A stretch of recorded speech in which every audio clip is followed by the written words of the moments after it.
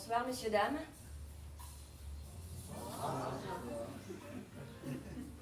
Enfin, messieurs, surtout.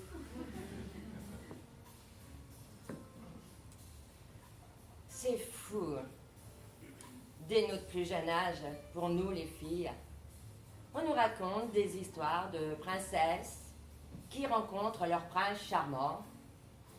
Alors forcément, une fois adulte, on rêve toutes de rencontrer notre prince charmant, de se marier et puis d'avoir une maison remplie d'enfants.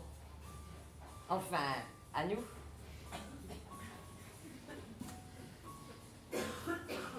Adulte, je suis donc partie à la recherche de mon prince charmant. Ou plutôt d'une victime.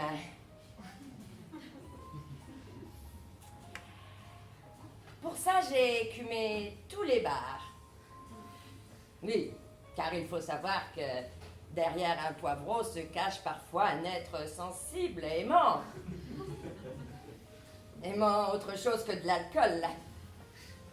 Même si l'alcool n'est qu'un lubrifiant pour les rencontres.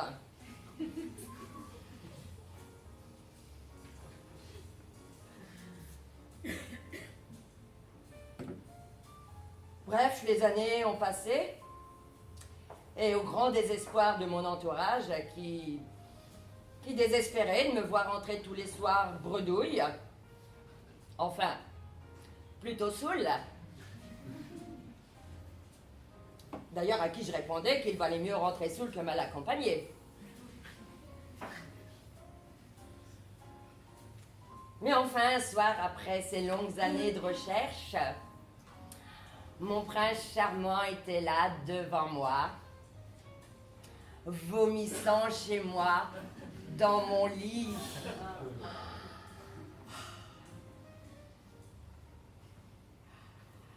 Faut dire que cette recherche m'avait quand même pris 10 ans.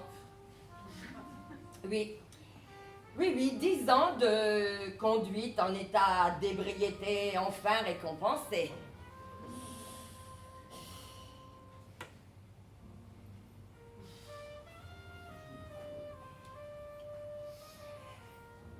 Si bien que j'avais déjà 30 ans, mais enfin un volontaire qui voulait m'épouser. Alors j'avais 30 ans et j'étais déjà obligée de l'attacher au lit pour subir du sexe.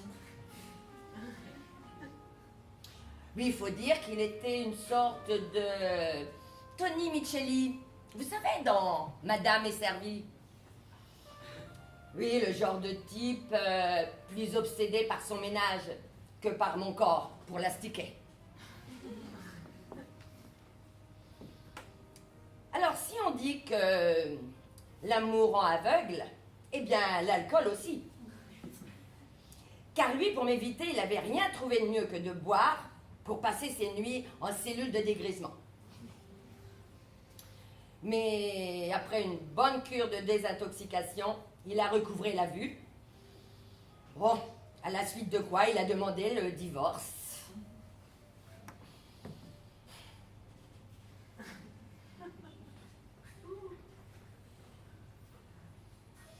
Alors je suis repartie rechercher un nouveau prince charmant. Et après avoir encore écumé tous les bars, il y avait un nouveau prince charmant. Une nouvelle victime qui voulait m'épouser. Il était là, comme vous, là, devant moi, à vomir dans ma voiture.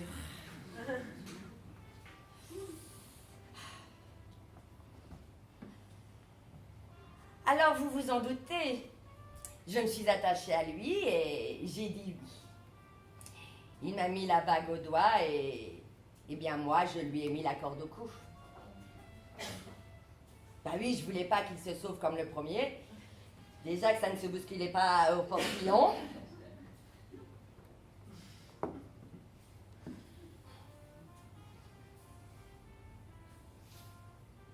Bref, les années se passaient plutôt bien, hein, puisque je tirais un peu moins sur la corde. Sauf pour l'attacher dans l'intimité.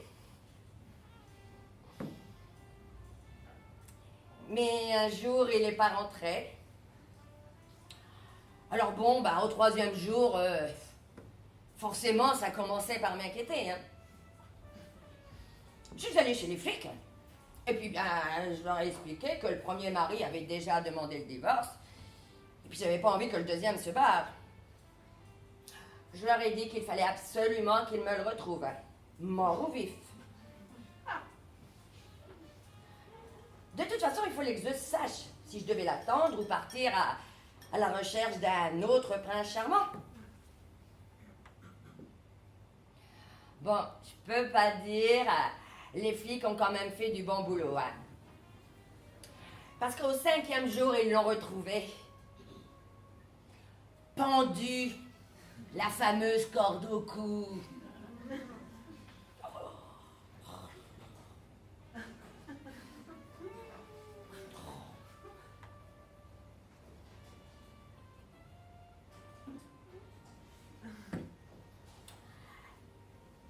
J'ai donc découvert le statut de veuve. Et maintenant, pour moi, la Saint-Valentin, c'est le 1er novembre.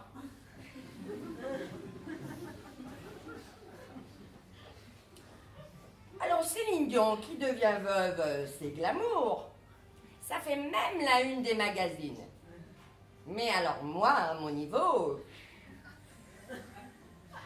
les gens me regardent plus comme une meurtrière. Et puis, je vous parle pas de la belle famille qui cherche un responsable. Bon, alors, si lui, il s'est mis la corde au cou, moi, en attendant, j'ai porté le chapeau. Et puis, je vous assure que l'hiver suivant, j'ai pas eu froid. Hein, car évidemment, tout le monde vous rhabille.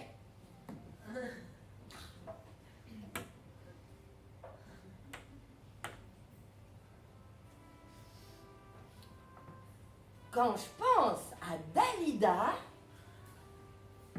qui a eu 3 suicides sur le dos quand même. Bon moi, après tout, j'en ai qu'un. Hein. Plus que 2 et puis je serai une star, comme elle. D'ailleurs, ça me plairait. Hein. Allez, Chine.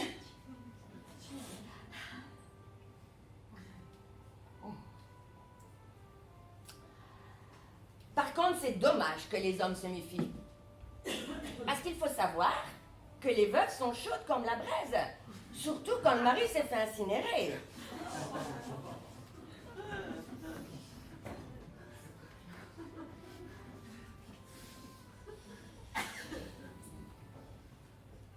Alors, je suis repartie écumer tous les bars en noyant mon désespoir.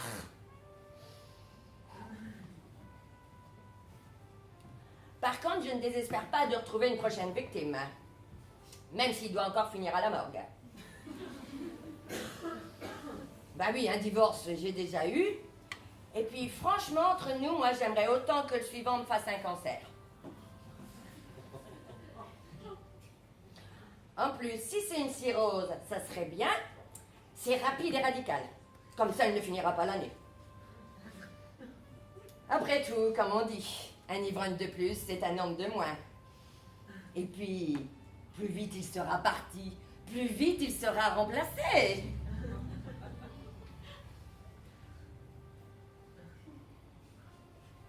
Alors c'est pour ça que je suis ici ce soir devant vous. Parce que j'ai décidé d'essayer un nouveau truc pour faire des rencontres. Un café. Et pas n'importe lequel, un café-théâtre. Ça tombe bien, je ne bois plus.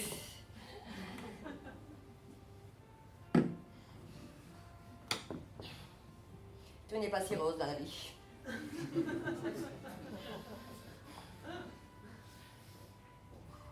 Ah mais je suis contente d'être venue ce soir, parce que je crois bien que c'est mon jour de chance. J'ai remarqué un homme depuis le début de la soirée. C'est peut-être lui ma prochaine victime. Bonsoir, monsieur. Je vous offre un verre.